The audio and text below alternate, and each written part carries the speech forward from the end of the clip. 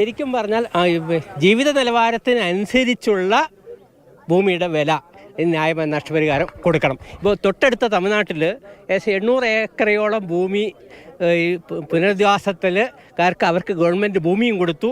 അതുപോലെ തന്നെ എല്ലാ ഭൗതിക സാഹചര്യങ്ങളും ഒരുക്കി കൊടുത്തുകൊണ്ടാണ് മാറ്റിപ്പാർപ്പിച്ചത്.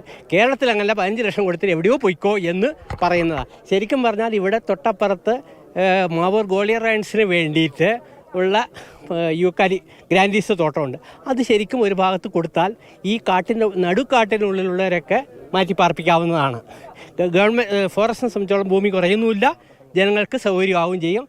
ഈ ബോർഡർ പ്രദേശത്തുള്ള വന്യമൃഗശല്യം ഒഴിവാകുകയും ചെയ്യുമായിരുന്നു. ഇവിടെ റീലൊക്കേഷനുമായി ബന്ധപ്പെട്ടിട്ട് ആദിവാസികൾ ഇവിടെ ഇട്ടേക്കാണ്. ജനറൽ വിഭാഗമൊക്കെ പോയി. കുണ്ടൂർ കാപ്പാട്ട് ജനറൽ വിഭാഗം പോയി 15 ലക്ഷം വാങ്ങി പോയി.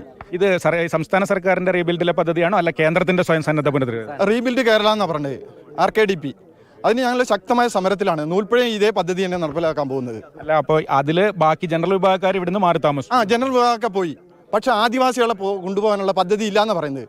ആർക്ക് ഭൂമിയില്ല, ഇത് സ്ഥലത്തിന്റെ പട്ടയം കൊടുക്കണം. അവർക്ക് സംരക്ഷണം കൊടുക്കില്ല.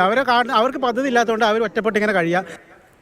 ഇന്നത്തെ പ്രതികരണങ്ങളിൽ ശ്രദ്ധിച്ച് എല്ലാവരും ഒറ്റ സ്വരത്തിൽ പറയുന്നത് ആദിവാസികൾക്ക് വേണ്ട രീതിയിലുള്ളൊരു പുനരധിവാസം ഒരുക്കുന്നതിൽ പരാജയപ്പെട്ടു. ജനറൽ ആളുകളൊക്കെ 15 ലക്ഷം വീതം മാറിപ്പോയി. അവർക്കിപ്പോഴും പക്ഷേ ആദിവാസികൾക്ക് വേണ്ട രീതിയിൽ സുരക്ഷിതമായ വനത്തോട് ചേർന്ന് തന്നെ അവർക്ക് അവരുടെ ജീവിതം അതാണല്ലോ.